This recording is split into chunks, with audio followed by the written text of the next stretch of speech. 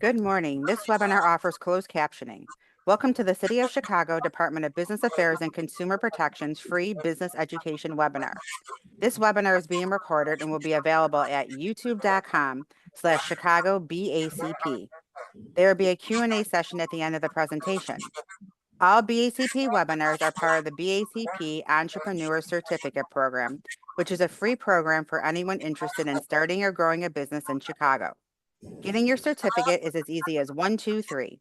1, register for the program. 2, attend 6 webinars in 6 months. 3, graduate to get your certificate. Graduating makes you eligible to apply for CIBC Bank's Entrepreneurial Loan Program. Note that you must already be registered for the program to get credit for attending today's webinar. For full details, visit chicago.gov/BACP certificate. Before we go on, I want to share that BACP announced its next Small Business Expo, which will be held on Saturday, May 31st at Kennedy King College. For more information and to register, visit chicago.gov/bizexpo. Views, information, and opinions expressed during this webinar are those of the presenter and are not the official policy or position of the City of Chicago or BACP. The information mentioned will be posted in the chat box. Today's webinar is Spotlight on Success, presented by the National Association of Women Business Owners, NAWBO Chicago. Turn it over to these great panelists. Good morning. Thank you all for being here with me this morning and these amazing trailblazers. My name is Leticia Flores-Poole. I am a senior regional strategist at BMO Bank and a proud board member for NAWBO. I have the pleasure of moderating this group of amazing women in business entrepreneurs. And we are going to get into just a quick introduction of who they are. And then we're going to find out about a little bit of their journey and some of the steps that they continue to make to grow and scale and be impactful. So with that, I would like to go ahead and start with Anabel Lopez. If you can just give us a quick intro of who you are and your business. Good morning. Thank you, Letty. So my name is Anabel Lopez. I am the president of Cumberland Irving. Cumberland Irving is a technology resource company focused on project management, performance management, and business analytics. Glad to be here today. Thank you. Brooke, would you like to go next? Come off mute. You'd think I'd have gotten that one already. Hi, I'm Brooke Foley, CEO and agent of intrigue of Jane Agency. We are a brand strategy group that focuses on driving clarity through alignment. We drive smartly strategic, wickedly creative, and response-driven outcomes so you can have scalable, repeatable, dependable revenue. Thank you. Laurette? Hi, I'm Laurette Rondenet. I'm CEO and owner of Edlong Dairy Flavors. So we make the food you eat taste good. And also a podcaster. So I have a podcast called Owning Your Legacy, which is just a little side fun gig. So check that out. And so happy to be here. So thanks for the invite. Thank you. Qiana? Good morning, everyone. I am Qiana Turner. I am owner and chief event planner of Madison Elise Events. Madison Elise Events is a global event planning firm, and we also own a boutique event space. Thank you for having me this morning. Thank you. And to round us off, Jessica. Hi, good morning. I'm Jessica Freiburg, managing partner of Sassetti. We are a regional public accounting firm working primarily with small to mid-sized businesses, individuals, and non-for-profit organizations to support you from a compliance perspective and advise you on how to continue to grow your businesses. Thanks for having me as well. Thank you, ladies. And I asked you to do your intros because I feel you would do a better job and really introduce yourself. And with that, I want to get into some kickoff questions so we can get to know a little bit more about you. And then we're going to go into some of those challenges and grit questions. So with that, Jessica, can you share a pivotal moment in your journey where you almost gave up but didn't? What kept you going? Yeah, thanks, Letty. So for me, I've been with Sassetti since I graduated college, so it's been quite a journey. And I became managing partner in 2021, co-managing partner, and then took over on my own in 2022. And at that time, obviously we were just kind of coming out of COVID, but there were a lot of things that I was hoping to implement at the firm. And the biggest challenge was the people who had kind of built me up and got me into this role and helped, were my mentors and were people that were kind of guiding me and really encouraging me to take this role. I found kind of on the other side, and now it felt like they were almost rooting against me. And so I think what really happened for me is I kept saying, okay, here's the vision. This is what we got to do to make sure we're continuing to be relevant. This is what we need to do to make sure that we're, growing and that we have the support that we need to continue to be a successful business. There's a lot of public accounting firms, especially in the Chicagoland area. So we need to, make sure we're differentiating ourselves. And what I kept finding was I was just running into, a brick wall. Like they weren't hearing me, they weren't supporting my ideas. And so that really became a challenging time. And ultimately, what I ended up doing is reaching out to people who I knew would understand. So either other, specifically other women that were kind of in similar roles to me that could help give me advice on, maybe ways to navigate what I was going through in a different way, approached in a different way. I also, just had one-on-one conversations with the people, specifically my partners at the time, that I felt were the ones that weren't supporting me, and tried to understand, hey, you are the ones who really advised me to take this role on, and now it feels like I don't have your support anymore, and just try to understand why that was and what was happening. And it ended up being a multitude of things, but I think kind of addressing the challenges head on and saying, hey, this is what we're working towards. I really need your support. What can I do to get your support in this? For me, because I'm in a partnership, it's maybe a little bit different than other people who are, more like solopreneurs, but it really helped to just reset and be able to have those people who could give me that advice on how to approach the situation, maybe with a different attitude, and ultimately know that what I was doing was the right path for Sassetti, and continue to be confident in the decisions that I was making. And ultimately, luckily we got through it. We were able to move forward. Obviously some people retired, and that kind of opened up a different lane. But, I think just that perseverance of saying, you know what, I know this is the right direction. Let's keep moving forward. We'll eventually break through some of these barriers is really what kept me going. Oh, thank you. And perseverance definitely is, and having the courage to go and have those conversations, even though you know it's going to be a tough conversation, but being confident in who you are and your knowledge and what you bring to the table, and then getting people's buy-in and hoping that they will go through the journey with you. And, you said some people eventually retired, but sometimes that's meant to happen to open up, right? And get a new Right. set of expertise and additional. So thank you for that, Jessica. Brooke, same question for you. What can you share that pivotal moment in your journey where you almost gave up, but didn't? What kept you going?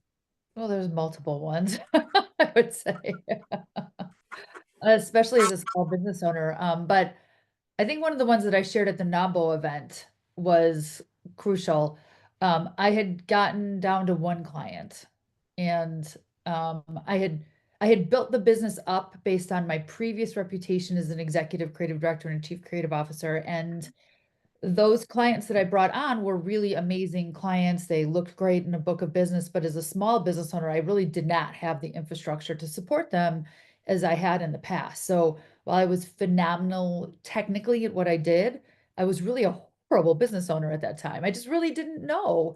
And so one of the things that was very anemic for me was business development. And I say this all the time. People don't believe me. In fact, I have follow-up conversations with people like, no, that's not true. But I am an introvert and I have social anxiety. So business development is like the most terrifying thing for someone who is not skilled and doesn't know what that is. So it's like, great, do you want me to help you double your business in size through lead generation and high quality lead, confirmation? Great, I can do that. Do you want me to talk to you about how to negotiate what my own worth is? Freeze, silent, not sure, don't even know how to bill people.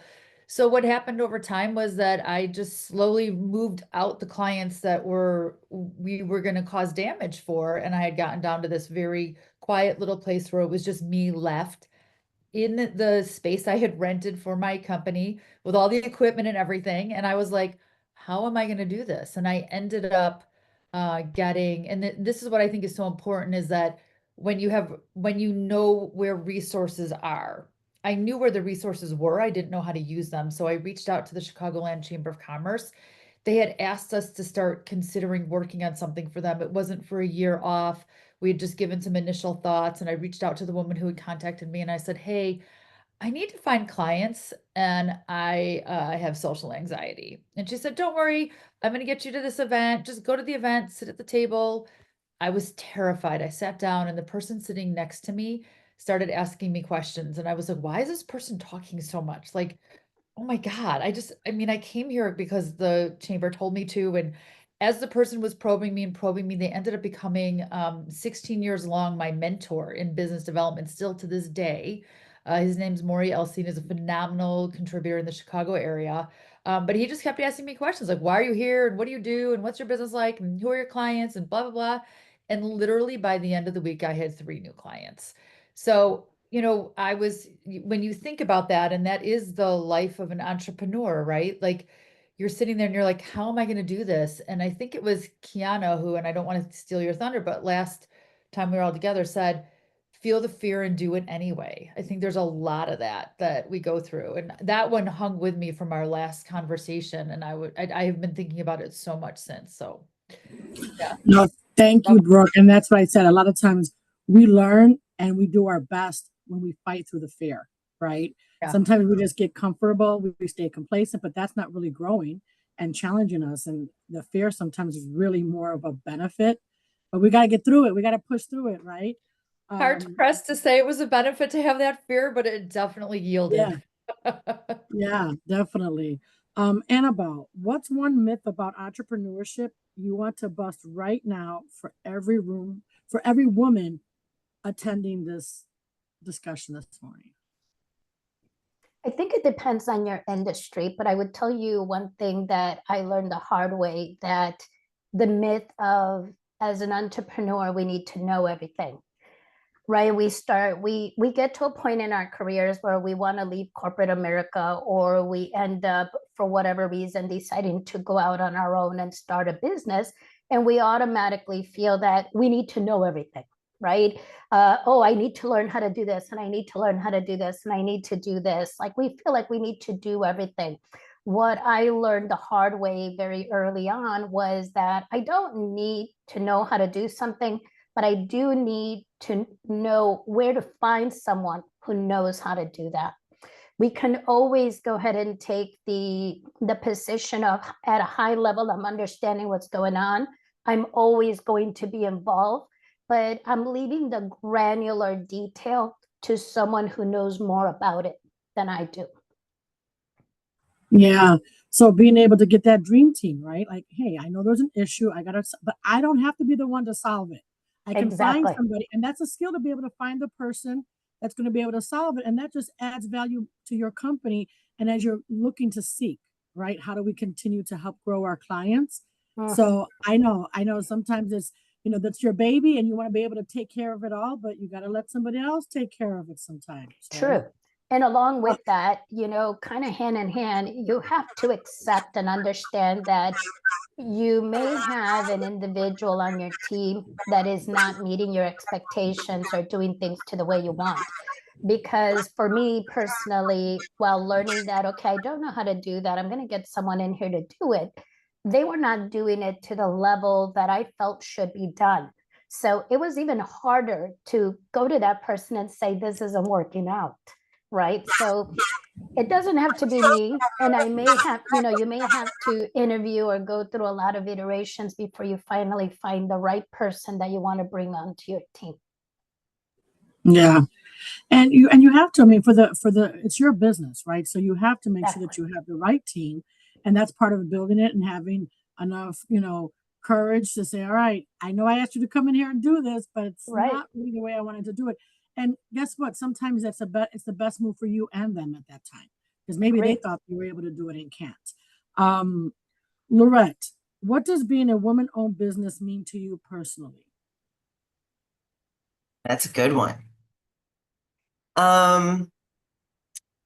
What's coming to my mind is free to be you and me. When I was little, my mom absolutely brainwashed me with that, and thank God. But just growing up in a very male-dominated industry, the food world and the flavor world particularly is very male-dominated. I'm surprisingly the only woman-owned flavor company in the world. Like, that's just crazy. So I feel like being woman-owned entrepreneur is hugely important to me. And it does force you to find your voice, to be in a room and not be afraid to speak, to know your worth, like Brooke was talking about. And I feel like one of the most important things is to support other women. So really believe in, to seniors and high school, young women up and in entrepreneurship. And because we need a pipeline. We need a pipeline of women coming through that we can support and mentor, and that fulfills me very much. So that's how I Absolutely. Yeah, setting the stage, right, for others to come behind us. Qiana, I want to ask you the same question because you had an amazing response last time to this question as well. That what does being a woman-owned business mean to you personally? To me personally, it's creating a legacy for my daughters and allowing them to see that they can do it just the same way that I can. And you just don't know who or who's watching you. I have an 11-year-old daughter, and I never know if she's watching me because she's typical preteen, Crocs, jogging pants, headphones on all the time. And so it's like she's not paying much attention to what's going on. And I really didn't know how much she was watching me until Halloween was coming up, and her friends were going about asking what kind of costumes they wanted to wear. They went down the list, Powerpuff Girls, the little dolls and everything. And so it was getting closer, and I said, well, Madison, I named my business after her. Madison, what is it that what do you want to be for Halloween? Do you want to be the Powerpuff Girl? Do you want to be the doll or whatever? And she was like, no, Mom, I want to be you. And that did it for me, to let me know that, wow, she is watching me. She does see what I do. She appreciates what I do. And for Halloween, she had a Madison Elise event shirt. She had a clipboard, a bag, and a headset, and she went to school as her mom. And that made me so proud to know that what I'm doing is not in vain, and she is watching. Look, that still gave me chills again today. Like I get the chill bumps, right, when you said that, because you never know who's watching, right? And as what Laurette mentioned as well, but when it's your own watching, right? And then can you imagine the influence that she's then having to the kids in school saying, "Who did you dress up like?" Oh, my mom, wow, right? And that continues to already tell a story there. And they always Yeah. say, like, if they can't see it, they can't be it. So it's just so important that your daughter can see you. That's a great story. I love that. Yeah. I love that story. I want to jump in real quick though and add on to that. Laurette's Yeah. raising 5 boys, right? As a women-owned business. And I had one of her sons intern in my company. And I can tell you this, it matters. He Yeah. came to the company and he made such a difference and an impact in a way that you could tell it is part of how he was raised. So I think all of us, whether we're raising daughters or sons, I like love that, Brooke. And there's a big talk right now is Boys and Men, the book out, and then the woman on LinkedIn that's really talking about, like, it's not us and them. It's never been us and them. And I think it's so, I totally appreciate you bringing that up because, yeah, when you have 5 boys, it's like, I'm all for the men. And we got to work together and partner and, Yeah, I have sons as well. I have 2 sons, and I never know if they're watching. They are. They're They watching see you. at Oh me. yeah. Yeah. And it's funny because my son came home and said they were doing a project and they were talking about their parents and what they do. And when they got to my son to say, what did your mom do? And he was like, Google her name. Oh, I love that. All of these Oh, pictures. Oh, that gave me All chills. of these different things popped up, and they was like, total oh chills. my God, TJ, your mom is famous. And so he was like, yeah, that's my mom. I'm awesome. a boy mom as well.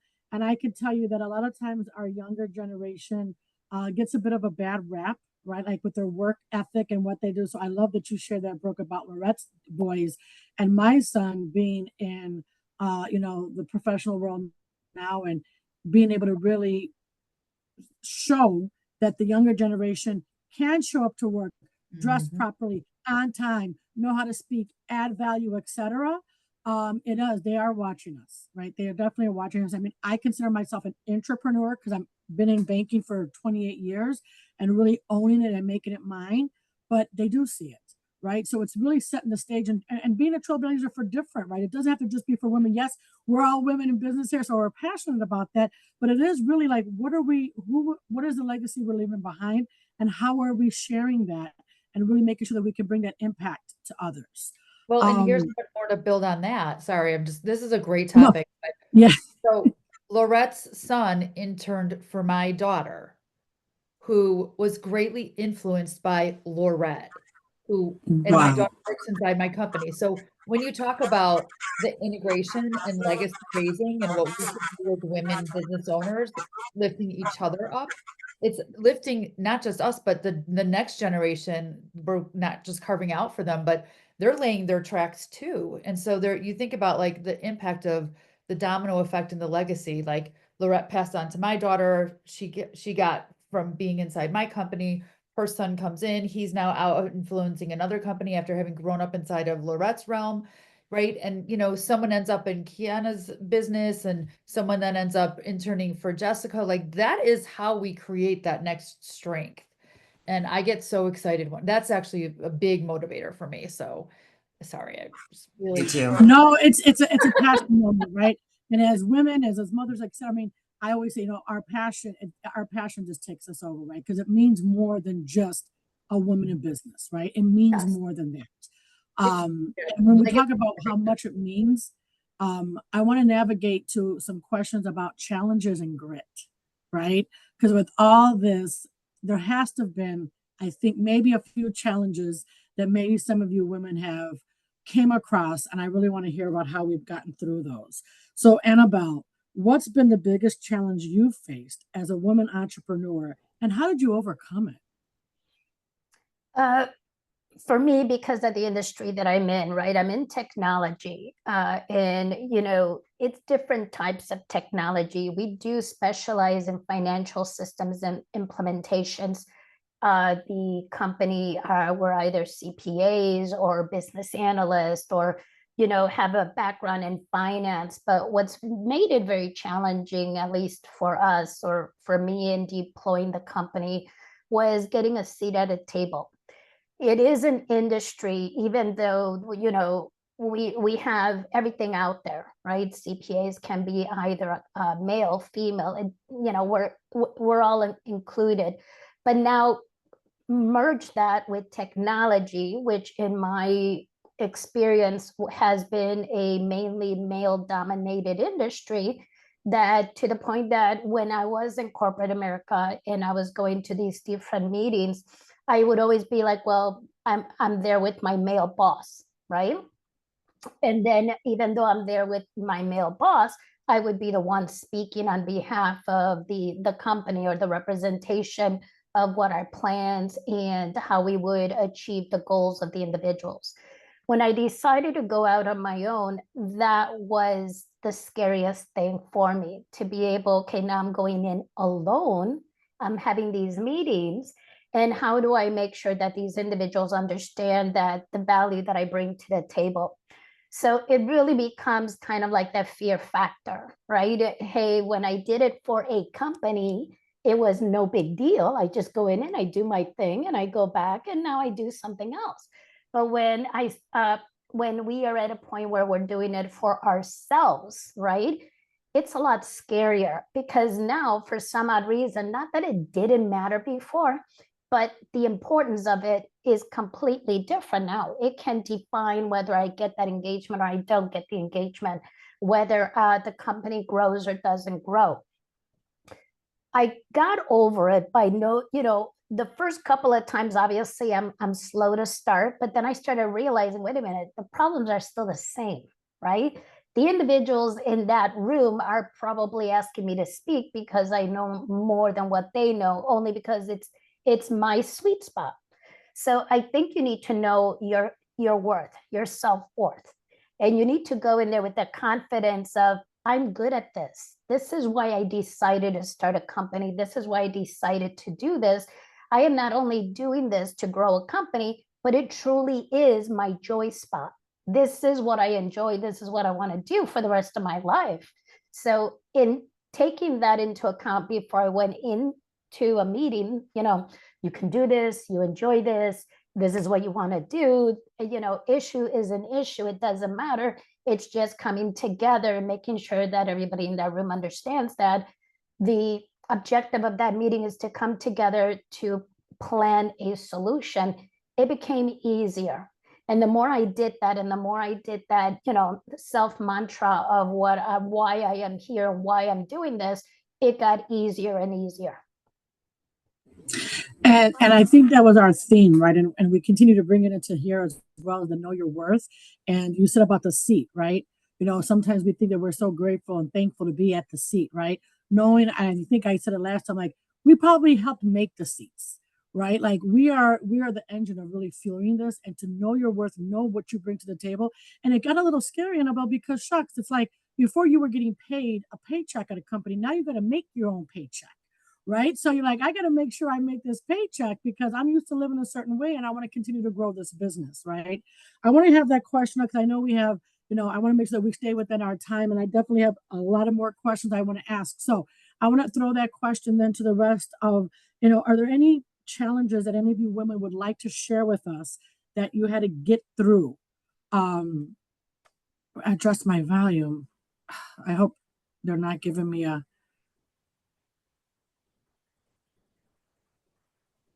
Okay, is that better? I don't know. Somebody added in the chat really quickly. Is that better for my volume? Okay. Zoom and BMO, they don't like each other. I'm sorry. So sometimes I get a bit of some feedback. So I do apologize for that.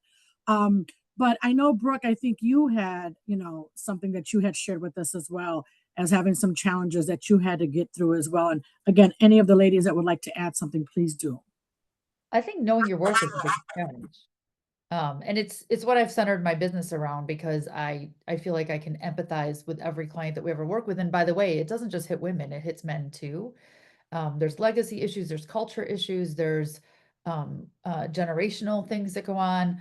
But I think being able to really have concrete evidence on why you're valuable is a critical part of being a business owner. Like we just heard Annabelle, like you just went through and you identified why you have the credibility you have versus the other people in the room as a way to sort of like make sure you understood and respected your own worth. For me, I felt like knowing my own worth was the hardest thing, and it affected everything from who I hired to what I went after to what I billed for.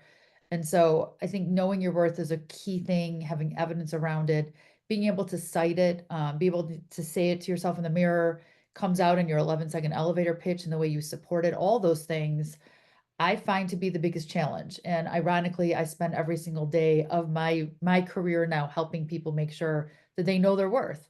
But that was a horrible, horrible time when I was undervaluing who I was. Yeah, and I think we get into another one of those questions down the road when we talk about, I think part of knowing our worth is because sometimes we may struggle with a bit of that imposter syndrome. So we'll get to that in a little bit because Brooke's going to take that over, I know for sure. If none of the ladies had anything to add, I do want to ask another question on challenges and grit before I pivot to another section.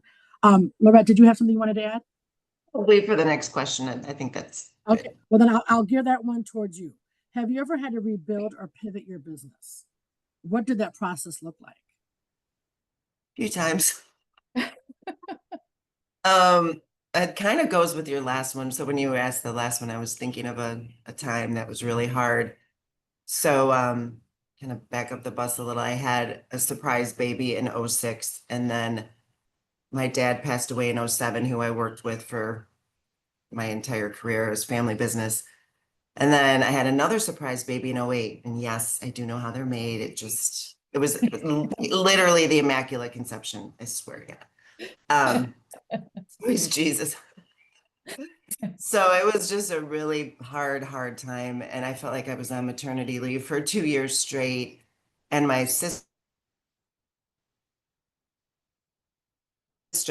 who I was very close with, part.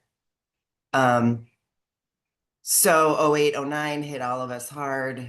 We couldn't, the bank wasn't like committing to us. It was just a really hard time. And I knew for years I needed to let my sister go for the benefit of the business. So I think when I was pushed into that corner of do or die, and I remember my therapist going, it's your job. There's 100 people depending on you or more, you know, and so she literally sat front row, did finally let my sister go, and with a really good, you know, safety net, you know, but that doesn't matter. She was not happy with me. And then I hired an amazing rock star woman who worked for me for the next 10 years and kicked it. So I really, and I knew the potential. And then it's just amazing how one human can unleash that potential that you could see in the business and rest of the business. So my dad had shares to 20 of the grandchildren, and I have 7 siblings, 6 other siblings. I'm one of 7. So all of that angst and trouble resulted in some great stuff. So I ended up redeeming the entire company in 2012, which was also a challenge. But so I hope that answered that question. It definitely did. And I mean, having to deal with grief and challenges in itself already one. And then knowing that you had to, you know, Jessica talked about, thankfully, some of the partners had retired, but having to retire your own sister. Yeah. Right. Yeah. I mean, but then it opened the door for you to get an amazing asset to your company that what would you have done without that person? Right. So again, the courage, the grit, the you know, having to make the tough decisions. You know, these are the challenges that each and one of you have had to face. And I know, Jessica, you had added something onto that before too. Would you like to share? Well, sure. I mean, I think when you were talking about pivoting, right? So Society's been around for over 100 years. And so I know, you know, Yui joked before, Letty, about me making the comment that, well, I'm not really an entrepreneur because I joined a business that already existed, but you know, there still obviously comes with its challenges, right? And it sounds like Laurette can relate to that as well.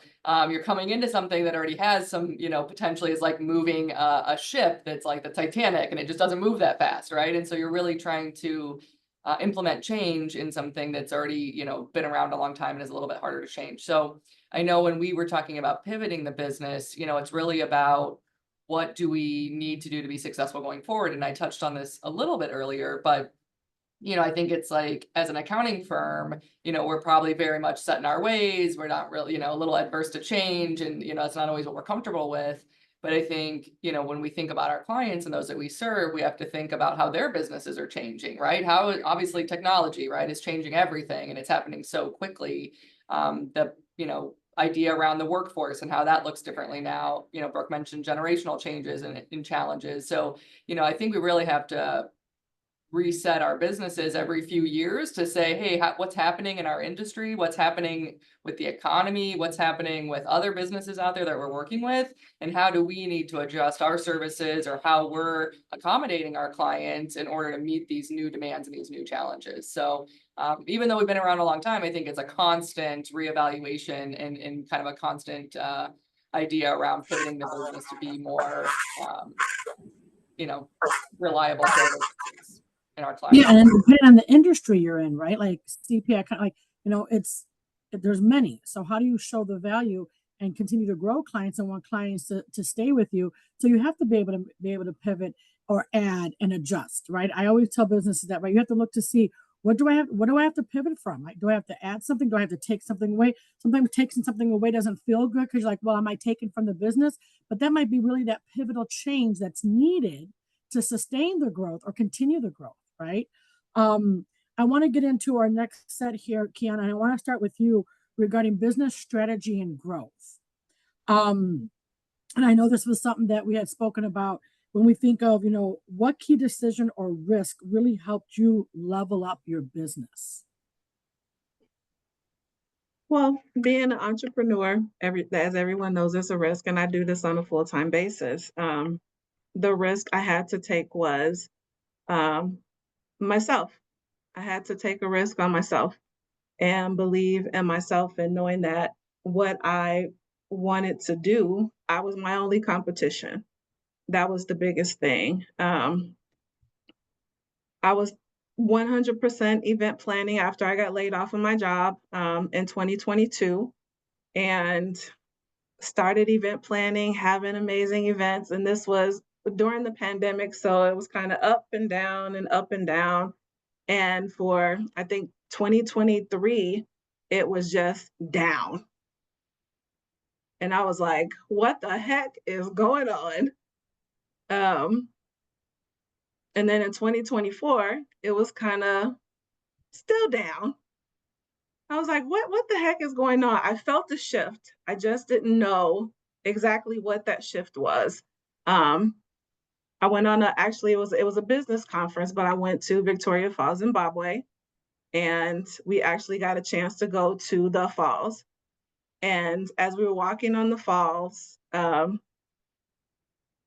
looking at everything that was created, that God created, the sky, the mountains, the rainbow, the clouds, the everything. And as I'm standing right at the falls and these little water droplets are kind of falling on my skin, it turned spiritual for me. It was almost like God was speaking to me saying, I got you. Don't worry about it. As long as you follow me, I got you. And there was a turn. There was a turn in my mentality. I had a mindset shift immediately after. And when I came back from Africa, I put my head down and I knew that a pivot, a complete shift was coming in my business. I was assured it. And a couple of months later, I opened my event space. You got to seek that moment of clarity, right? And you already know it was you're taking a risk, right? But that spiritual moment of clarity just to allow you to really to receive it and have a clear thought to be able to say, okay, right, what you're doing is the right path. It does. Sometimes there's some bumps along the road, but if there's a bump on the road, what do? You just pivot, right? Right, you pivot from it. And I pivoted. I opened my event space, which is something that I wanted to do anyway. I had to, one, be in alignment with God, but I also had to be in alignment with my husband, because that support is, wow. Yeah. For years when I was working, I would get up kicking and screaming, I don't want to go to work today. I just want to do my business. And he's like, all right, have a good day. See you when you get home from work. But once we got into alignment with each other, it was just like, it took off, and it's been great. Thank you for sharing that. And again, it's risk. There's no risk, there's no reward, right? I mean, that's what we say. Anything worth having is hard work. And each and every one of you have demonstrated that in one way or another. Brooke, how did you stay innovative and future focused when your day-to-day is packed? Oh God, that's like an awful question for me. So I actually have a disability called dyscalculia, which hits right at the maths, and it's one of the 13. So I have known since I was 22 years old, I was always going to have to work a little bit harder to make sure that I could employ someone who could help me overcome, protect me and protect my clients from that disability, because it didn't go away with adulthood like they said it would. And I actually found out more about it late stage in life. But I created sort of a little safety net for myself, and I still practice this every day. Anything that I'm accountable for, I make sure that by 10 a.m. I've touched it in some way. So there's the business of Jane, which I make sure I touch base with either the key people in the calendar. I make sure that the day is kind of set to go. On Sundays, I look out ahead for the week to make sure the week has what it needs. And on a monthly basis, we look out at the month, 2 months, 3 months, year ahead. And it's not always that disciplined, like sometimes it's random, sometimes it's happenstance, but it gets done enough and it gets done regularly and it has committed times. And then I and Laurette are founders of a 501c3 called It's Not Just Dinner. And so that has a whole bunch of things that go with it. It's very time-based and it's based again on cyclical planning things. So there's activities that I've built in, just like with Jane, I built things in to create triggers that even if I'm not paying attention, it kind of smacks me smarter by midday. And so I'm kind of aware of those things for the week. And then for each client, each team has things that they're doing that they keep on top of. We use monday.com. Now you throw in a growing 15-year-old that you go and you shop ahead and you buy all the things you need for dinner for that day. And by the time 4:30 hits, he's hit a bunch of pucks and decided that he was hungry. So he had an entire cheese pizza. He browned the meat that was supposed to be for dinner for spaghetti sauce and made himself tacos, and the whole box of pasta that was sitting out ready to boil. He ate that too, and then comes in and is like, "What's for dinner?" Because I just had a Wow. snack. Like that is what throws What's for dinner makes me a question like my kids don't even ask me. I'm gonna kill somebody. But it's like sometimes you made 3 dinners by 11 o'clock at night and you're just like that's what kills me. Right. It's It's not the business, it's the kids. yeah. Yeah. Oh, Hey, Brooke, I want to like tag on to this question because it makes me laugh because Brooke and I are both visionaries and focus is not my greatest strength. But I wanted you to touch on traction and it's not just dinner, but for me, traction is like changed my life. It's an mhm. it really helps a visionary be a visionary, and then the next role is an integrator underneath you. And like that was the huge aha to me of letting me be visionary, but you got to have an integrator or you're gonna die. You just got to, and it makes everything. Well, it goes back to what Anabel was saying too, like getting the right people, right? So it helps you with that day to day. You have to get those individual people. I know I always say, hey, I'm strong with the sales aspect or the teaching and the coaching piece, but operations, not that I'm not, but I got to make sure that I really extra focus on that, right? So knowing where you got to like double click on to make sure. So again, it's knowing who you are and what is your strengths and what your weaknesses, and being able to get people to come in with some of those weaknesses so it's not apparent to anybody else, right, besides us. And I know we're almost close to time here, guys, and thank you for answering some of the questions that are coming through the chat. So now I have to try to pivot and see which questions I want to try to round us out with, because I think we got 15 minutes. Conversation goes really quick. But I did want us to touch on the imposter syndrome question if we can. And I know we all had some great insight and input that we could add to it. So I need us to maybe kick it to like a 60-second type of imposter syndrome. And I know Brooke loves this question, but I want to make sure that we give it to any of the ladies that would like to answer, right? How do you manage imposter syndrome if you've ever felt it, which I think we've all confessed we have in some way or another? And what advice would you give others that are struggling with it? My first main point of advice would be to be able to talk about it out loud with people you care about, lean into it, and then figure out what it is so you can overcome it. And for me, it is being able to articulate the 10 assets of my brand so that when someone says to me, Brooke, what do you do? I'm able to give them my position and my promise. No problem, no question. And if they don't want that position and promise, it doesn't become personal. I don't feel like I don't belong in the room. I don't have a problem with it. I just think I'm not the right person to solve the problem they have. And I'm going to go find people who need what I do for the problems that they have. And I think that has been a game changer. Yeah. Jessica, I know we talked a little bit about that too, imposter syndrome. Yeah, I mean, I think, I mentioned the last time about, just feeling that being on this panel, receiving an award for Business Owner of the Year was, felt a little imposter syndrome to me of like, am I really worthy of this? And so I think a lot of it goes back to, what a few of the women have said about knowing your worth. And I think it also goes to that, what we've talked about already about, just having confidence in like the reason why you got to where you are. And I was saying that if if I'm in a room with other managing partners of accounting firms, even if I'm the only woman in the room, I don't feel imposter syndrome there because I know that I've put in the work. I know I've done the research. I know that I've earned this position. And so I think a lot of it goes to just like playing towards our strengths, knowing where we can be an asset to somebody else's business or an asset to someone else who's maybe going through something similar. Obviously, what was said by Brooke, by leaning on others, I think is really key as well, to kind of overcome that fear of like, do I belong here? Yes.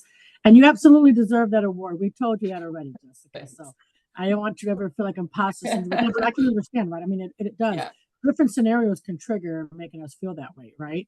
And I know majority of us, we felt because maybe we're the only woman in a male industry led, right? So it could feel that, but you're again, we have to know that sometimes when we also think, I've also had this, our passion sometimes can be viewed as emotion when we're women. And it's not that we're emotional, it's that we know that our passion is fueled with our knowledge of our expertise, right? And we're just passionate because we want to make sure that we have that voice and people will hear us, because it's not just that I'm a woman and I'm emotional, right? Anabel, you came off mute. You wanted to add something. No, just I could not have said it better than what was just mentioned. Yeah. Qiana? Yes, for me, imposter syndrome was being able to differentiate myself from any other event planner in the room. When you go into a room full of event planners and everybody's doing the same thing, it's like, well, wow, what makes me different from everybody else? And sitting down and writing all of these things, well, I think it's this, and I think it's this, and I had to come to the realization that it's me. It's who I am and what I bring to the table, how my ability to build relationships. And this is part of a review that came from a client, is that when I'm with them, it's never transactional. It's always relational. You're a person to me. You're not a number. You're not a paycheck. We're planning one of the biggest days of your life, or, a big event for, your company. The way I build relationships, so who I am is my differentiator. And so I would just say to everybody out there, know who you are, you're enough, and that's what makes you different. You are enough, right? We are enough. I want to get to some of our closing. I want to give everybody a chance to give a closing comment before we go, and see if there is any questions. Thank you, ladies, for those that have been answering some of the questions that I think came in the chat. But I want to go around and ask everyone, and Laurette, I'll start with you. Is there one thing every woman entrepreneur should do this year to grow? What would it be? Get out of your own way.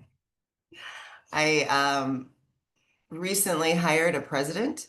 Kind of goes back to my traction visionary conversation, that came to the realization that I needed a president. And the opportunity arose, and hired a great man, and it's going incredibly well. We're really aligned. He grew up in the flavor industry as well. His mother's name is Laurette, and his grandmother's name, I'm like, what, is that a sign or what? But he has really helped me to get out of the way. And I kept feeling that for a while, that I was stopping growth. And then I think delegate to elevate is a huge thing that everybody should do. So you can draw like a quadrant and figure out what you can give to somebody else, so you can do what you love.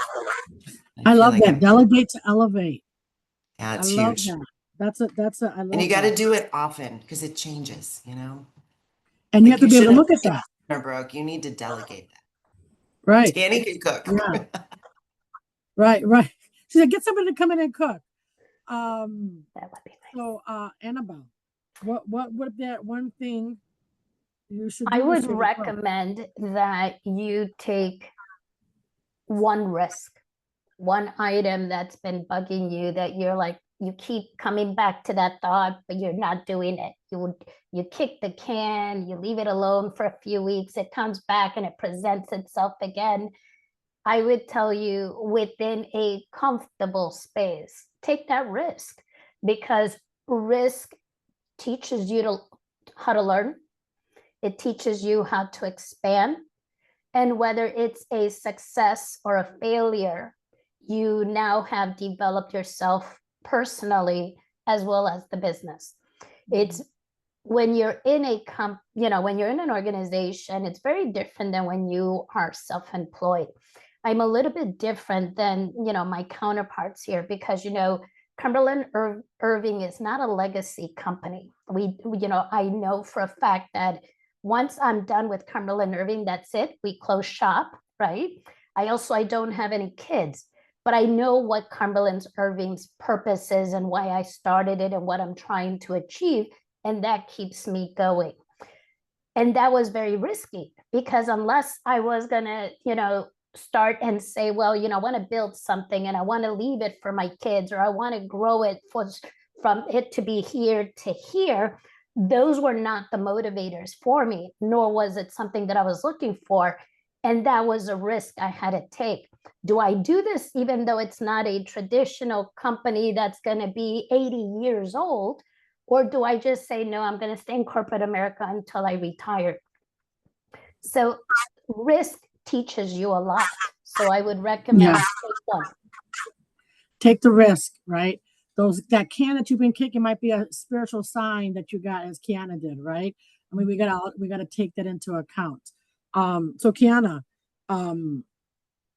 is there one thing every woman should do this year to grow in addition to what maybe some of the ladies have already mentioned? Yeah, I have 2 things. Feel the fear and do it anyway. And the other one is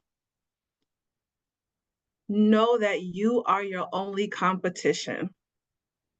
Have a you versus you mentality. That's how you stay focused on your goal, knowing that the only person you're competing with is you. Get out of your own way.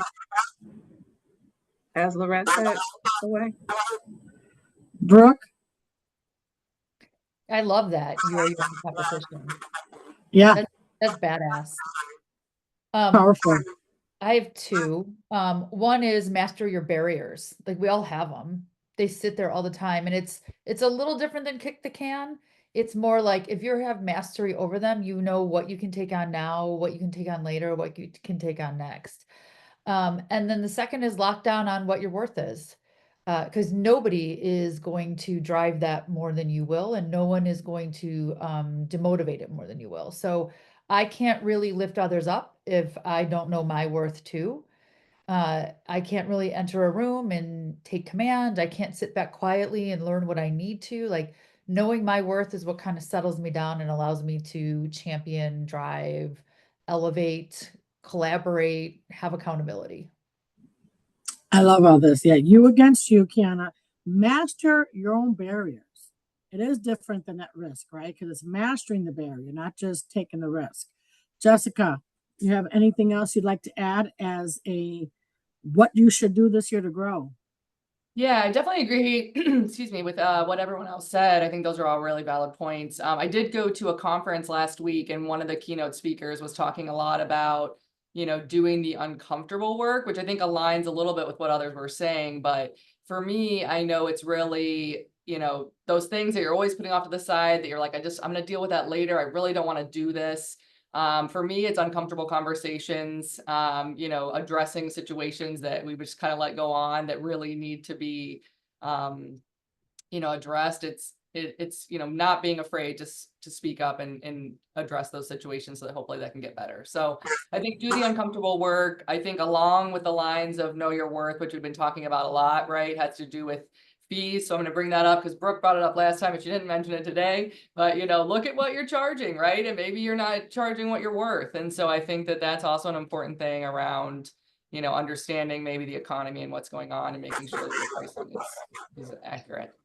Yeah, well, I mean, that's maybe having that uncomfortable conversation. We're like, okay, I gotta look at my charges. I gotta look at my fees. Am I really getting paid for what I'm bringing? And not be afraid to make that change. And what you just said, Jessica, my grandmother would always say this to me. And she said, do what you don't want to do first. right? Mhm. You know, always say that, do what you don't want to do first, right? Because once you get it done, then it's done. Like then the rest of it can go. And I try to make sure that I do that in my own right. Like, okay, do what you don't want to do first and get it done. Then it's gonna help you flow. So I know we have 4 minutes, and I want to go to some of the Q&A really quickly. Well, thank you, Qiana, for answering one of the questions. But Jessica Owens from Crown, I can't see the rest, but it said, how did you all balance this with raising children? What type of support did you need to build your business successfully? Qiana gave the answer that her family dynamic is what helped her build it, right? Her husband, her parents, her siblings, she had a very strong support system, and her friends served. So it's back to that village, right? It takes a village, right? Now Laurette has 5 boys, and I know Brooke said it. So, I mean, Laurette, I think that's a really nice question for you as well, right? To Yeah, think, a how did you great do that? question. It's a ton of help. And not great partners and husbands need to kind of mention that too. So really leaned on, I had one nanny for 18 years. Her name's Maria, my lifeline. You need people, and right now, so she retired from helping me, but now my daughter-in-law just had her second baby and is kind of struggling keeping it together. We all remember those days. So my Maria is now helping my daughter-in-law, and she texted me. She's like, "Oh my God, she's helping me so much." Because I could see my daughter-in-law just, I remember that feeling of dishes piling up and laundry piling up, and you're nursing a baby and you can't get to it all. And so yeah, a lot of help. And I would recommend really thinking hard about your partners and maybe No, make and better it's true. decisions than I Yeah. did. Yeah, I mean, sometimes you have that great husband or that great partner that helps, and sometimes you just don't, right? Yeah. So how do you really look to create your own village for that? And I think having so many kids, and I grew up in that family like that too. So I was the youngest of 7, but the older kids definitely help with the younger. Yes, Sure. get those And I older think kids out there. that helps them, mature and get responsible. And once they get a Absolutely. driver's license, it's all over. You never see them again. We got one last question here in the chat, and I know because as soon as my son started driving, he was like, "Bye, mom," right? Even though I But worried all the time then, right? So Life adult children, 360 is amazing. Everyone needs Life 360. It's yes, yes. yes. Ladies, how does Social Security benefits play into entrepreneurs' 401k opportunities or other forms of retirement options? This is a really important question for me. I always say that to my entrepreneurs, to my women, and to all in business. You don't have a 401k. You have to build it. You have to make it. So, what do you do as a business owner to ensure that you are setting aside saving? So, I'm going to just answer a part of that question to say, what kind of bank relationship do you have? And I always say, businesses owners, you need bail, and not just bail money. I mean bail. Who is your banker? Who is your accountant? An advisor. So I had 2 A's there: advisor and accountant, an insurance person and lawyer. Because that banker, advisor, and accountant, they should help ensure that you, as a business owner, how are you creating your own 401k? Because you don't have one, you're going to build it. And then what size company do you have that you're able to build that out for your employees? So I know we have about a minute or 2 to go. Would somebody have anything they'd like to add or answer that question with? I would agree with everything that you just said, right? Even though I am the owner of Cumberland Irving, I do treat myself as an employee. So I do pay taxes, I do pay myself a salary, right? It's not just I go and I draw whenever I need money, right? I took the approach of I am an employee, and therefore I will get a paycheck. That paycheck holds taxes. I pay Social Security. I have a 401k. I put a percentage off to my 401k and so forth. Even if those numbers for you have to start out small, I think it's very good to get in the habit of doing that so that you always separate yourself from the company when it comes to those types of items. Absolutely. Pay yourself first. And again, if it has to start small, that's fine, but you have to.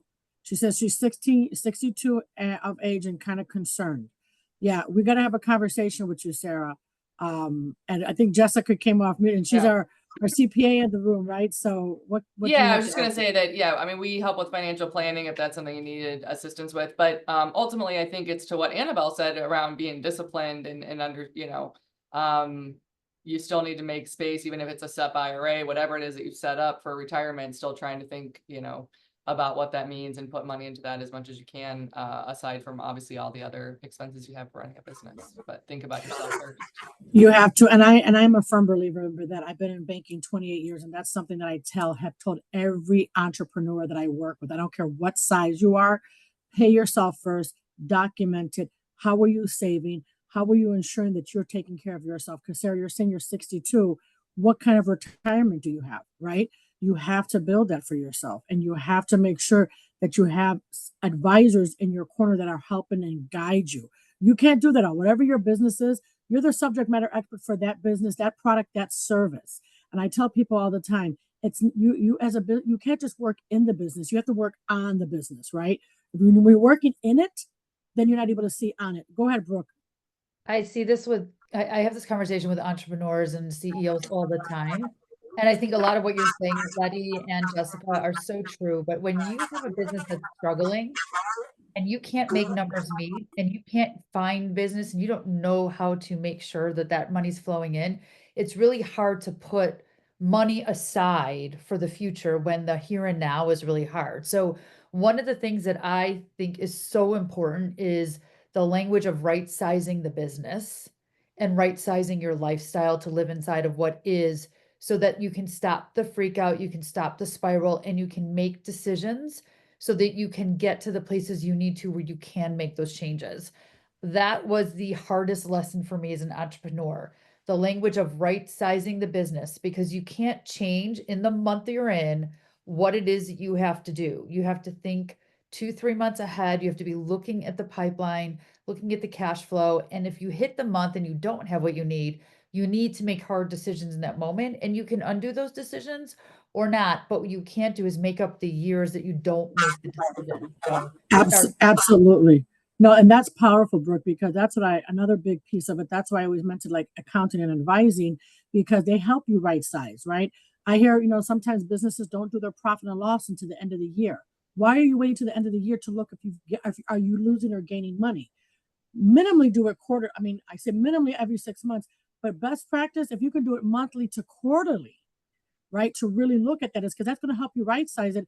And I always tell individuals this too. If you have a personal budget, your personal budget is going to help you budget your business. And individuals say, well, you need money to budget. No, that's why you budget, right? Because you have to make sure that you put some of those best practices in place to help you. And I can go on and on because that's my topic, right? When we're thinking about budgeting and financials, but I know we're a little past time here. We're going to be at 10:35. I think we answered everything in the chat. If we did not, I do apologize, but I believe that there was only a few questions that came through the chat, and some of you ladies on the panel here had answered some of the other questions that came through. So thank you for that. I'm going to now turn it over back to BACP in a second, but first, thank you for all of our women on the panel today. You guys have definitely given us some amazing information that we could take through, but really you were just vulnerable and you really shared life experiences of your business, and you were able to really, I feel that people can actually resonate with your stories and your advice and everything that you offered for us today. I love that you guys all were sharing information in the chat, because that's what it's about, right? We're not in competition with each other. We are in collaboration with each other. How do we help collaborate, mentor, inspire, right? If I know something, let me help you along this journey. So those that want to share their information in the chat, please do so. And with that, have an amazing weekend, everyone. And I'm just going to turn it back to BACP to see if there's anything that you want to add before we close out. No, thank you guys so much. What a great panel. Great info, great insight. Thank you guys again. Thank you for attending, and I hope everyone has a safe and happy, warm weekend. Thank you. Thanks, guys. It's great.